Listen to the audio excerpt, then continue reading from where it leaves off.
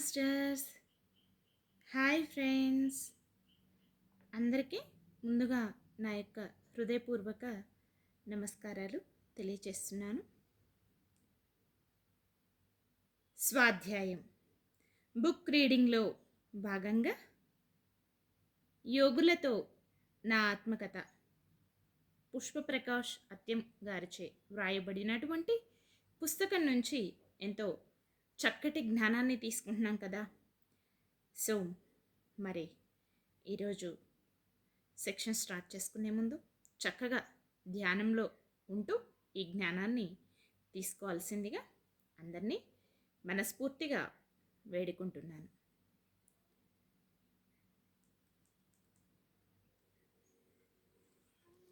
మరి అందరూ సిద్ధంగా ఉన్నారా జ్ఞానం తీసుకోవటానికి? సో మరి చక్కగా స్థిరమైన సుఖ ఆసనంలో కూర్చోండి my dear friends and my dear masters.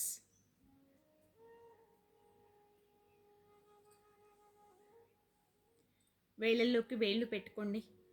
మీ రెండు కళ్ళను కూడా క్రాస్ చేసుకోండి. రెండు కళ్ళను క్లోజ్ చేసుకొని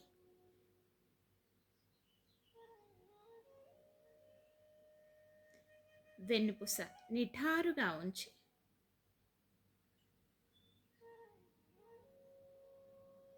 దీర్ఘ శ్వాసని తీసుకోండి. నిదానంగా శ్వాసని బయటికి వదిలివేయండి. మరొక్కసారి దీర్ఘ శ్వాసని తీసుకోండి. నిదానంగా శ్వాసని బయటికి వదిలివేయండి. ఇంకొక్కసారి దీర్ఘ శ్వాసని తీసుకోండి. నిదానంగా శ్వాసని బయటికి వదిలివేయండి. చక్కగా ప్రశాంతమైన మనస్సుతో, ఏకాగ్రతతో, ఎరుకతో ఉంటూ సహజంగా జరిగేటటువంటి శ్వాసని గమనిస్తూ శ్వాసతో అనుసంధానం. My dear friends and dear masters.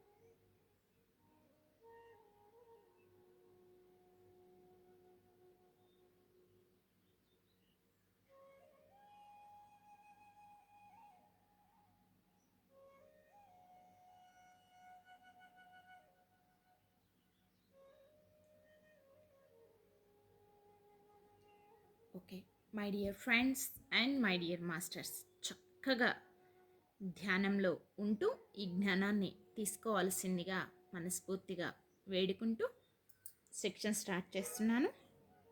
ఎవరు కూడా సెక్షన్ కంప్లీట్ అయ్యే వరకు కళ్ళు తెరవకండి. చక్కగా ధ్యాన స్థితిలో ఉంటూ ఈ జ్ఞానాన్ని తీసుకోండి. అంతరంగములోనికి ఆత్మ ప్రయాణం 27/2014.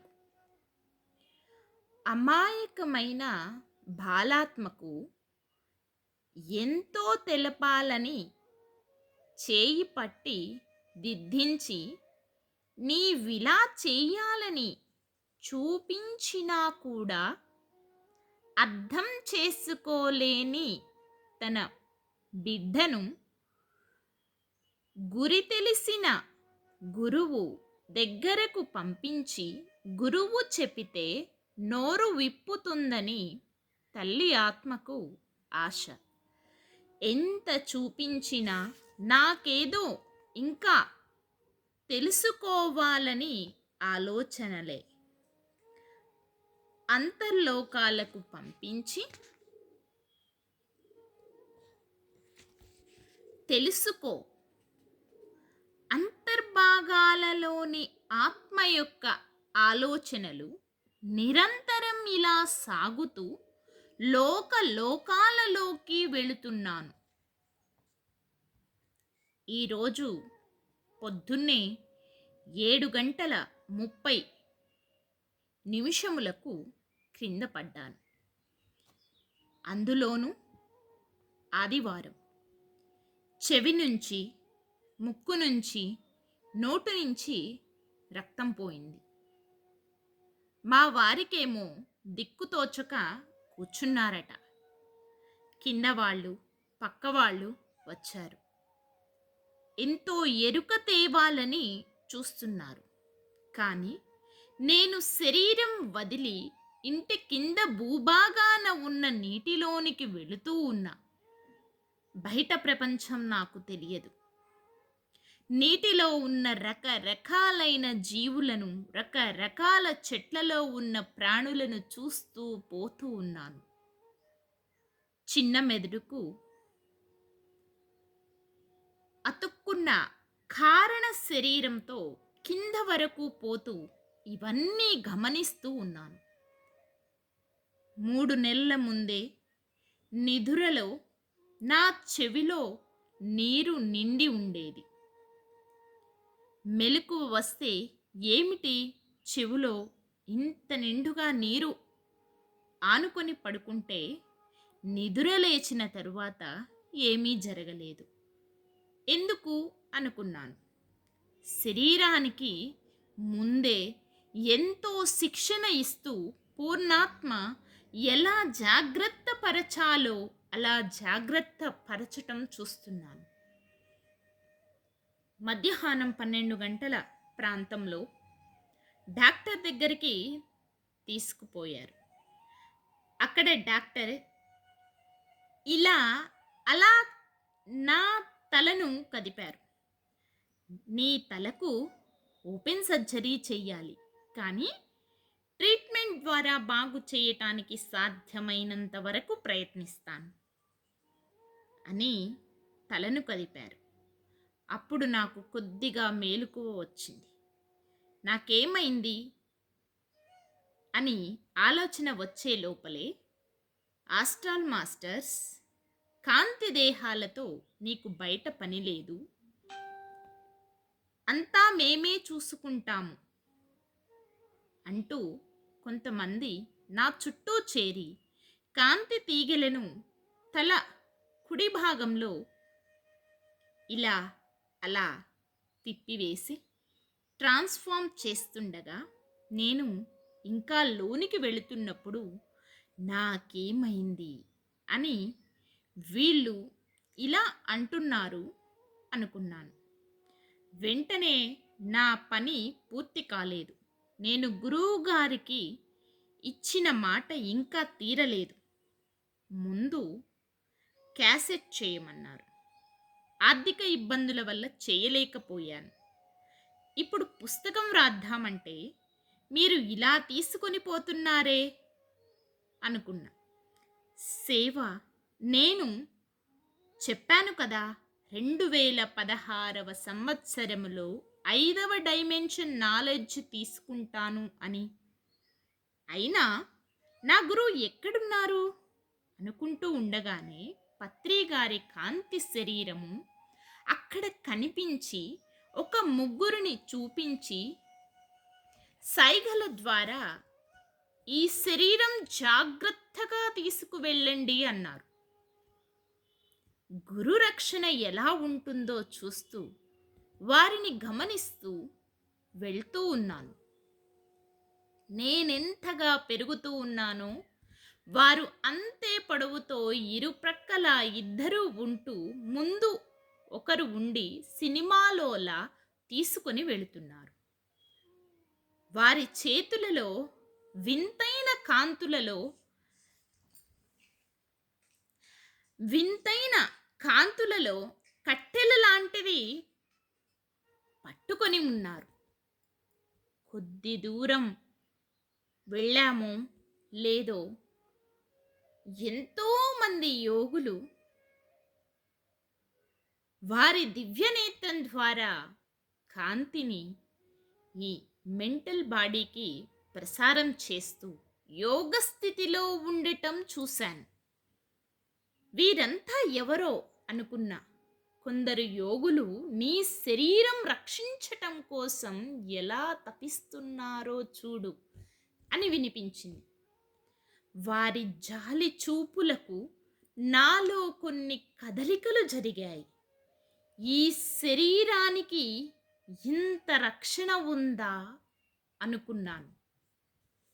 అయినా నన్ను ఎక్కడికి తీసుకువెళ్తున్నారు అని అడిగాను. నువ్వు శరీరముతోనే చీకటి లోకాలు చూడాలి అన్నావు. ఒక్కసారి నీ గురువు ఇంకా టైం ఉంది అన్నారు. ఇంకోసారి నీ పూర్ణాత్మ ఆకాశంలో అడ్డగించింది. ఇప్పుడు చూడు అన్నారు. పైనుంచి కింద వరకు ఒక్కొక్క లోకంలో ఒక్కొక్క రకంగా ఒక్కొక్క తలంలో ఒక్కొక్క ఆలోచన చేస్తున్న వారిని చూసి విచిత్రమైన అనుభూతులు పొందాను. వారి ఆకారాలు మాత్రం కొక్కిరిపళ్ళు, చింపిరి జుట్టుతో ఉన్నారు. చీకటి లోకాలలో ఆతల, వీతల, సుతల, తలా తలా తల, రసతల, మహాతల, పాతాళ వరకు మహాతల నుంచి పెద్ద మిరియపు గింజకు తోక ఉన్నట్లు ఉన్న సుతల తలంలో నుంచి కొద్దిగా ఆకారాలు మారుతూ విచిత్రంగా కనిపిస్తారే కానీ అక్కడ నూనెలో వేయించటం కానీ ఉక్కు స్తంభాలకు అతికించటము కానీ లేదు. చెప్పాలంటే శరీరాలు ఇంకా చిన్నగా ఉంటాయి. ఆ తలానికి సంబంధించినట్టుగా ఆలోచనతో ఉంటారు అంతే. పాతాళ లోకంలో మాత్రం కటిక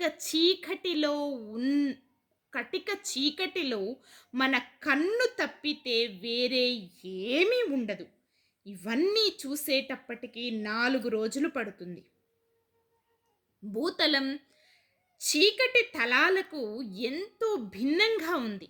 మరి తిరిగి తపోలోకానికి వెళుతూ అక్కడున్న వాళ్లను చూస్తే వారు ఎవరో కాదు, నా ఆత్మకు సంబంధించిన వాళ్ళే. ఎంతో మంది మన గ్రూపుకు సంబంధించిన వాళ్ళు ఉంటారు. మనం ఆషామాషిగా రాలేదు. మన కోసం తపన పడే ఆత్మలు ఎన్నో ఉన్నాయి.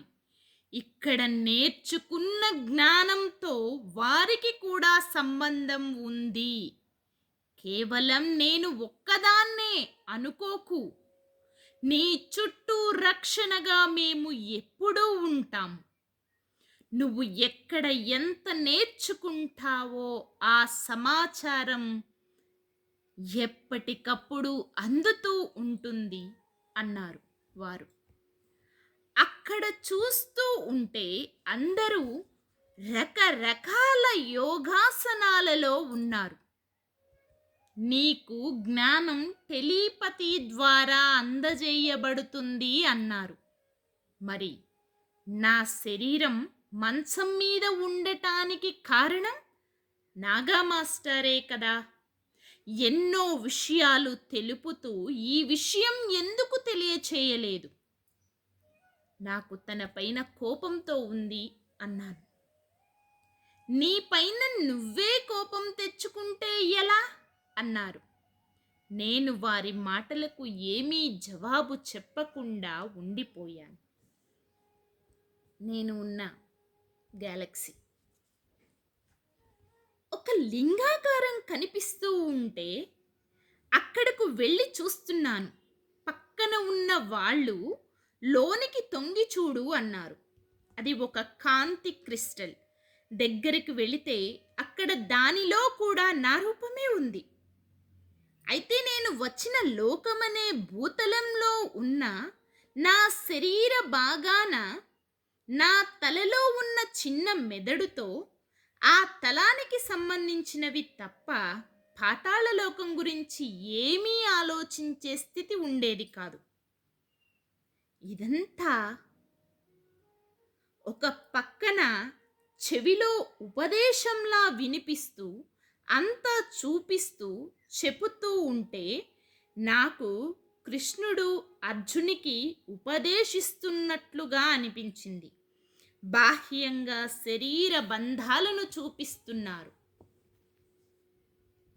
అంతరంగికంగా తపోలోకం వరకు అన్నీ చూస్తూ ఉన్నా కూడా అర్జునునికి దుఃఖమే శరణ్యమైనది. మరి నువ్వు అర్జునుడివా కృష్ణుడివా అని ప్రశ్న వినిపించింది. రూపంలో అర్జునుడినే అయినా ఆత్మపరంగా కృష్ణుడినే అని సమాధానపడ్డాను.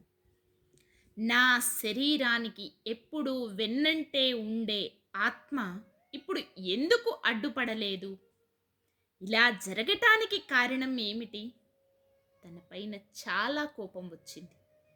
నా ఎదురుగా జాలిగా చూస్తూ ఉన్న ఆత్మను నేను పట్టించుకోలేదు. నేనెలా వర్క్ చెయ్యాలన్నదే నా ధ్యాస. భూమి మీద నాకు ఏం జరుగుతోంది అని చూస్తూ ఉన్నా.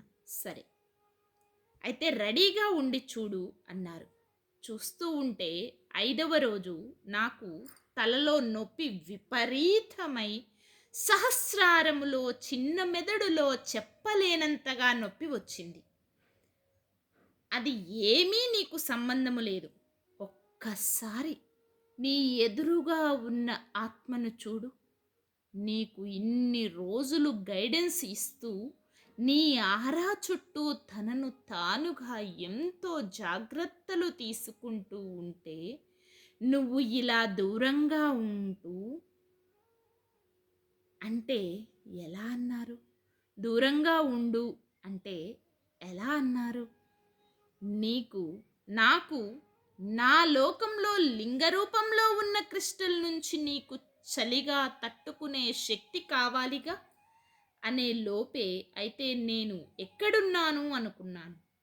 ఇప్పుడు మంచు కొండలలో ఉన్నావు. ఇప్పటి వరకు తన మీద కోపం చాలు. తనదే వర్క్. తాను నీలోకి ప్రవేశించని అని వినిపించింది. సరే అనటంతోనే నా పైన ఒక లేయర్లా ఉన్న తన ప్రతి అణువు స్టార్లా వచ్చి నా శరీరములో కలిసిపోవటం, గోల్డ్ కలర్లో ఒక బెడ్షీట్లా కవర్ కావటం జరిగింది. విపరీతమైన చలి తట్టుకోలేకపోతున్నాను. అనే లోపే నువ్వు ఇప్పుడు హిమాలయాలలోని కాంతి దేహం దగ్గర ఉన్నావు అని వినిపించింది. అలా పైకి వస్తూ ఉన్నాను. నా పక్కన ఇద్దరు కాంతి శరీరాలతో వస్తూ ఒకసారి మంచం వైపు చూడు అన్నారు. నిలువుగా 9 వరుసలు, అడ్డంగా 5 వరుసలు పిరమిడ్స్ పెట్టారు. భీష్ముడిలా క్రింద పిరమిడ్స్ పైన ఆరెంజ్ కలర్ ఉంది, మధ్యలో గ్రీన్ కలర్ ఉంది.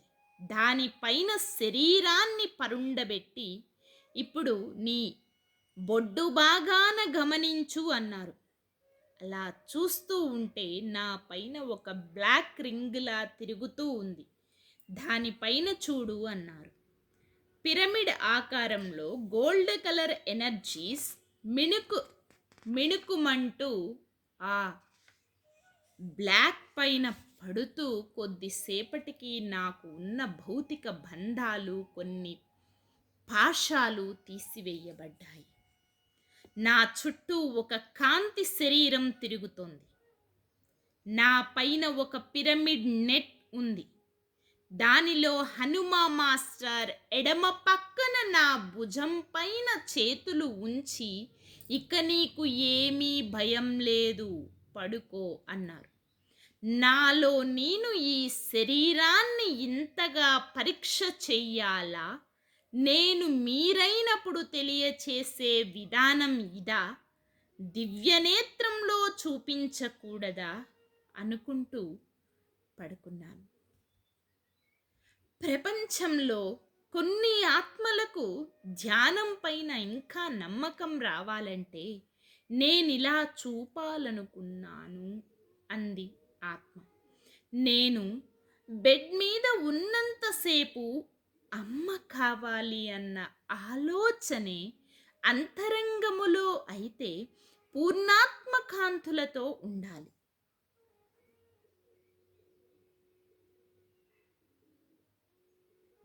అని బాధ. అంతరంగములో అయితే పూర్ణాత్మ కాంతులతో ఉండాలి అని బాధ. మరి ఇంతగా రిస్క్ తీసుకోవాలా ఒక ఆత్మ తను పూర్ణాత్మ అని తెలుసుకోవటానికి అని నాలో నేను మదనపడుతూ బాహ్యంగా గమనమే లేకుండా అంతర ఆలోచనలతోనే పడుకునేదాన్ని. అందుకే మాస్టర్స్ బాహ్య బంధాన్ని తీసి అంతరాత్మ బంధాన్ని నిలిపారు. నాకు మెలకువ వస్తే నేనెలా ప్రచారం చెయ్యాలి, నేనెలా లేచి తిరగాలి అని బాధగా ఉండేది. కొన్ని అద్భుతాలు నేర్చుకుంటావు, గమనించు అని నా అంతరం తల నిమురుతూ ఉంటే అంతా మరిచిపోయి తనలో ఇమిడిపోయేదానిని. మాస్టర్స్ ఏమి చెబుతున్నారు విను అని వినిపించింది. షిరిడీ బాబా, నేను మాత్రం తక్కువ బాధలు పడ్డానా? ఆత్మ పునీతం కావాలంటే తప్పదు మరి అంటూ వెళుతున్నారు. మిలారెప, నన్ను టిబెట్ యోగి అని ఊరికే అనలేదు. నా గురువు పరీక్షలు తక్కువగా ఉన్నాయా? తట్టుకోవాలి, నెగ్గుకు రావాలి మరి అన్నారు. భౌతికంగా 3 సార్లు గృహాలు కట్టించారు. నా చేతులు, ఒళ్ళు అంతా ఎంతగా మంటలతో ఉండేవో తెలుసు కదా. ఒక మంచి పని కోసం అది ఏమీ లెక్క అనిపించలేదు అన్నారు. మిలారెప్ప గారు రామ్తా మాస్టర్స్ పక్కన ఉండి, పర్వతం ఎక్కుతున్నావు, పెద్ద రాయి దొర్లింది, దాని వైపుకు చూడకు, పర్వతం పైన చిట్ట చివరి మొనపై నీ చూపు నిలుపు అంతే అన్నారు. ఒక కాంతిగా రూపుదిద్దుకోవాలంటే ఎన్నో కాంతి శరీరాల జ్ఞానాన్ని తీసుకోవాలి. నా వెంటే వచ్చే ముగ్గురిని మీరెవరు చెప్పకండి అన్నాను. అది 20 దినాలకు తెలుసుకున్నాను. వారు శాంతి, దయ, కరుణ అని ముగ్గురు కూడా ఒక్కొక్క లోకానికి చెందిన చెందిన వారని తెలిపారు.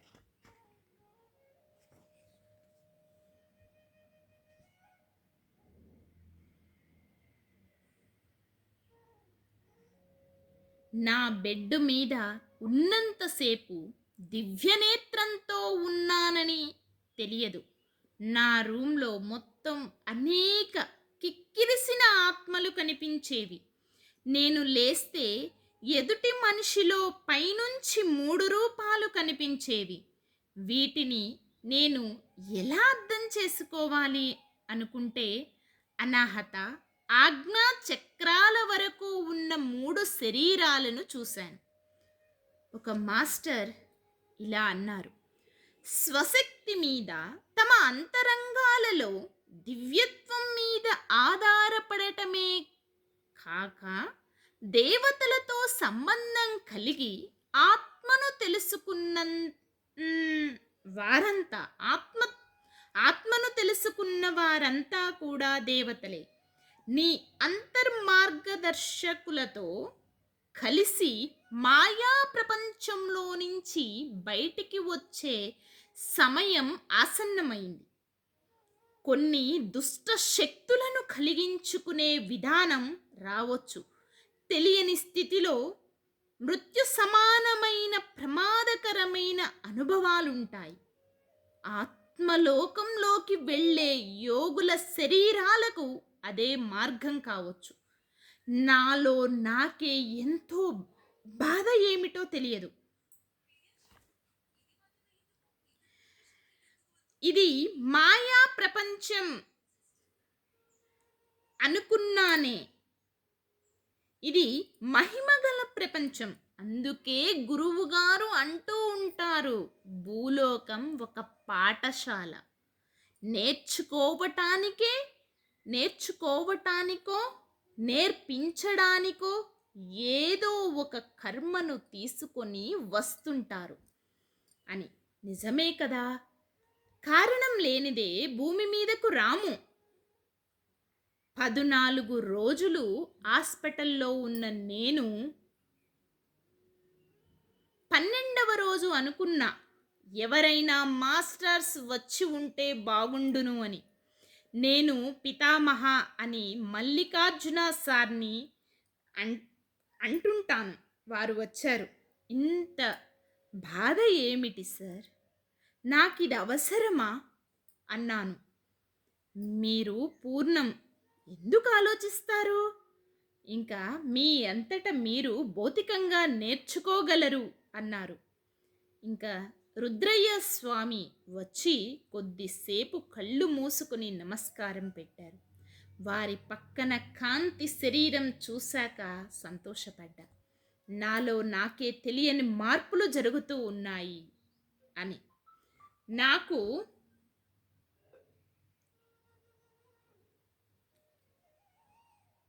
బాడీ రెస్ట్ అంటారు ఇదా. నేను 12 రోజుల తరువాత కొద్దిగా ఈ లోకంలో ఉంటూ వచ్చాను. మా వారు ఎవ్వరిని లోనికి రానిచ్చేవారు కాదు. ఎక్కడ డిస్టర్బ్ అవుతానో అని వారి భయం. కానీ ఇవి నన్ను ఏమీ చెయ్యవని నాకు తెలుసు.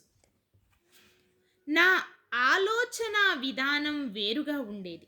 నా చుట్టూ జరిగే ప్రాసెస్ ఎంతో మంది మాస్టర్స్ ఉన్నారని వారికి తెలియదు. నేనెలా రెస్ట్ తీసుకోవాలి?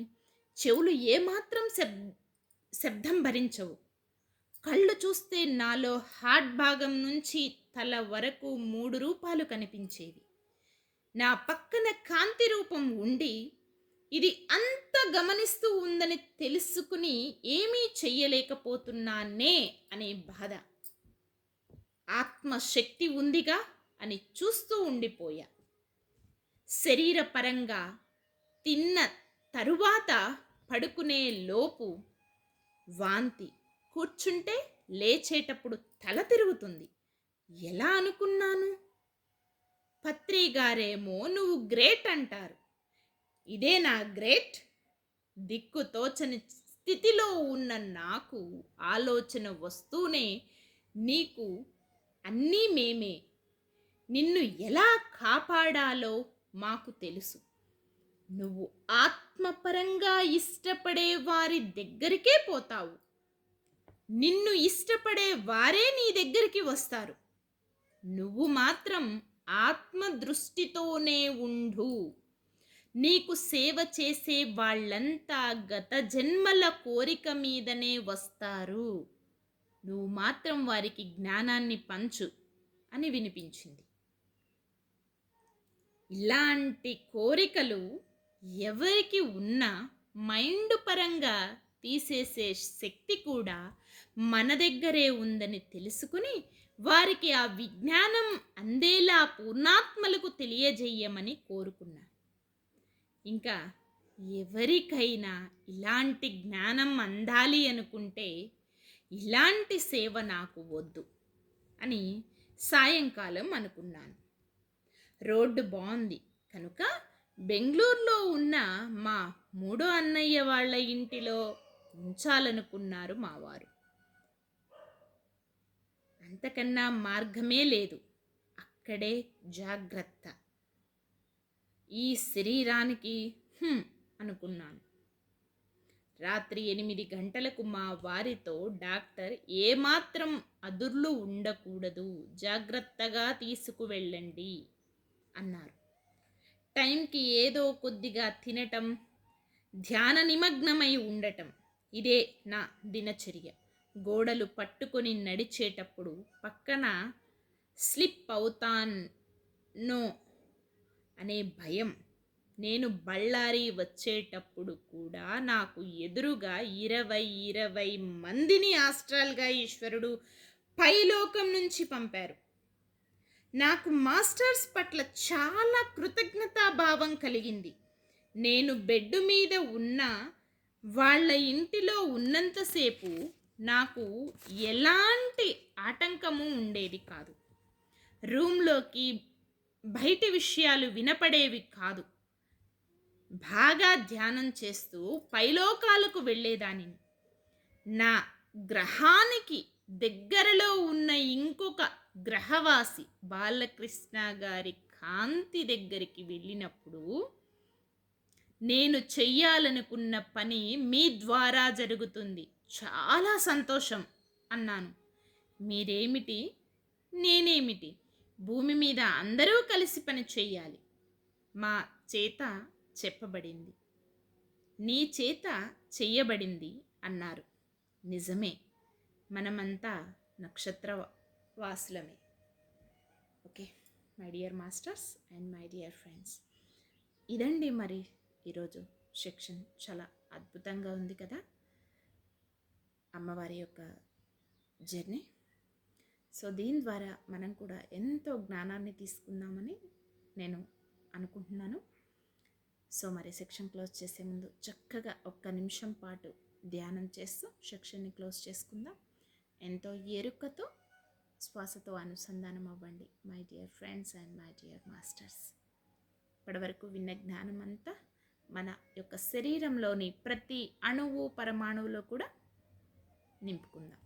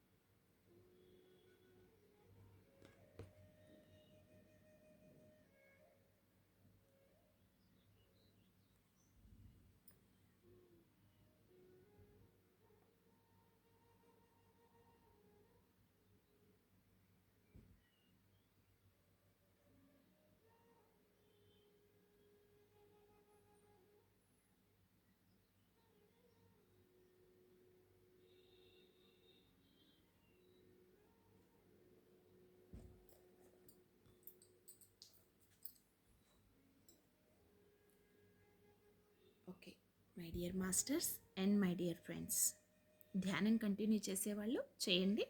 మిగిలిన వాళ్ళు నిదానంగా సహజ స్థితికి వస్తూ మీ రెండు చేతుల్లో కూడా విడదీస్తూ మీ కంటి మీద పెట్టుకోండి. 5, 4, 3, 2, 1, 0. మీ రెండు చేతులు మీ కంటికి ఎదురుగా పెట్టుకొని నిదానంగా కళ్ళను ఓపెన్ చేయండి.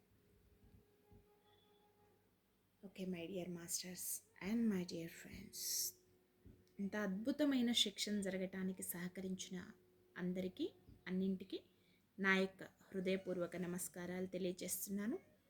Thank you everyone, love you everyone, thank you to all, love you to all, thank you universe, love you universe, thank you thank you thank you. Survey జన సుఖినో భవంతు. మరొక సెక్షన్లో మళ్ళీ కలుసుకుందాం.